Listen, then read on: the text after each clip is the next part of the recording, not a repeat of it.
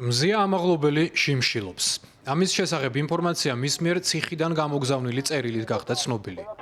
საიას თავმჯდომარემ ნონა ქურდოვანიძემ განაცხადა, რომ ჟურნალისტი 11 იანვრიდან მისი დაკავების შემდეგ არ იღებს საკვებს.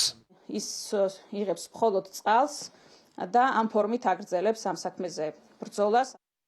არ ვაპირებ მივიღო რეჟიმის დღის წესრიგი. შიმშილობს სიცოცხლეზე ღირებული თავისუფლება. ჩემს მოცემულობაში შეიძლება აღმოჩნდეს ნებისმიერი ის მოქალაქე, ვისაც დემოკრატიულ სამართლიან ევროპულ რუსული გავლენებისგან თავისუფალ საქართველოში უნდა ცხოვრება. იბრძოლეთ სანამ გვიანი არ არის, იყავით მამაცები, გაუფრთხილდით და გააძლიერეთ ერთმანეთი. არ დაუშვათ საქართველოს იზოლირება ცივილიზებული სამყაროსგან. ეს არის პირველი ქალი პატიმარი, ეს არის პირველი ქალი ჟურნალისტი, ეს არის პირველი ქალი მედია მენეჯერი, რომელიც სისტემამ გაანეიტრალა, რომელსაც სისტემამ გამოუცხადა სასტიკი ბრძოლა.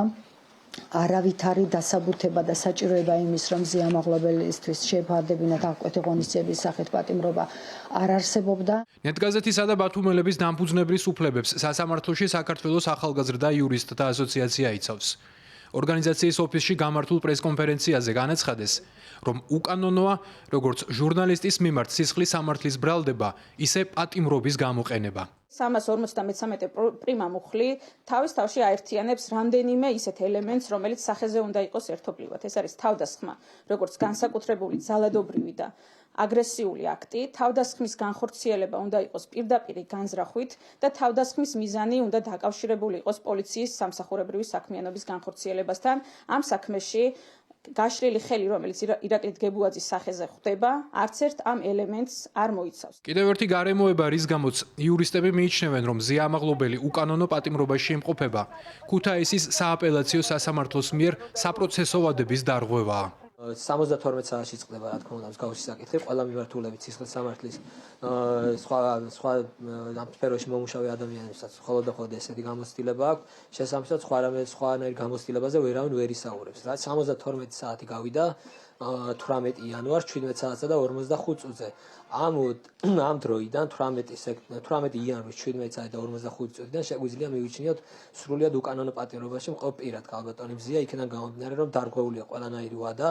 პატიმრობა არის მისი სამაგალითო დასჯა და დემონსტრირება იმის, რომ ჟურნალისტები ასე დავისჯებით საქართველოში კრიტიკული და მიუკერძოებელი სიტყვისთვის.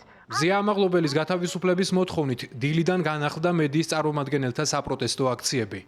ჟურნალისტები ჯერ მთავრობის ადმინისტრაციის შენობასთან შეიკრიბნენ, მოგვიანებით კი პროტესტი სპეციალურ საგამოძიებო სამსახურთან გაგრძელდა.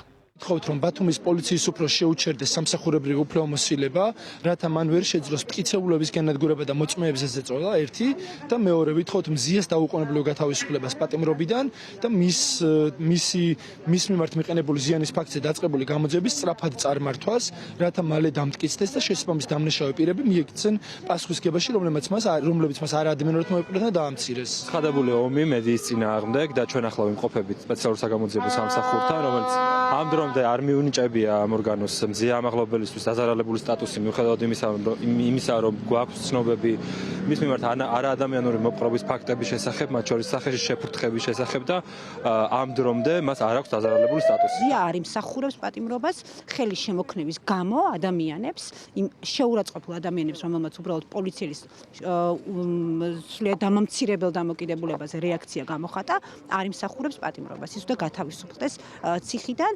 ეს რეალურად არის დემონსტრირება იმის, რომ ის ისჯება თავისი პროფესიული მიუკერძოებელი საქმიანობისთვის, რომელსაც ეწეოდა ყველა ხელისუფლების პირობებში. სააკაშვილის რეჟიმის დროს, შევარდნაძის რეჟიმის დროს და ახლაც იცავდა და დაიცავს გამოხატვის თავისუფლებას, მედიის თავისუფლებას და დემოკრატიას ქვეყანაში. მზია ამაღლობელს პროკურატურა პოლიციელზე თავდასხმას ედავება, რაც 4-დან 7 წლამდე პატიმრობას ითვალისწინებს.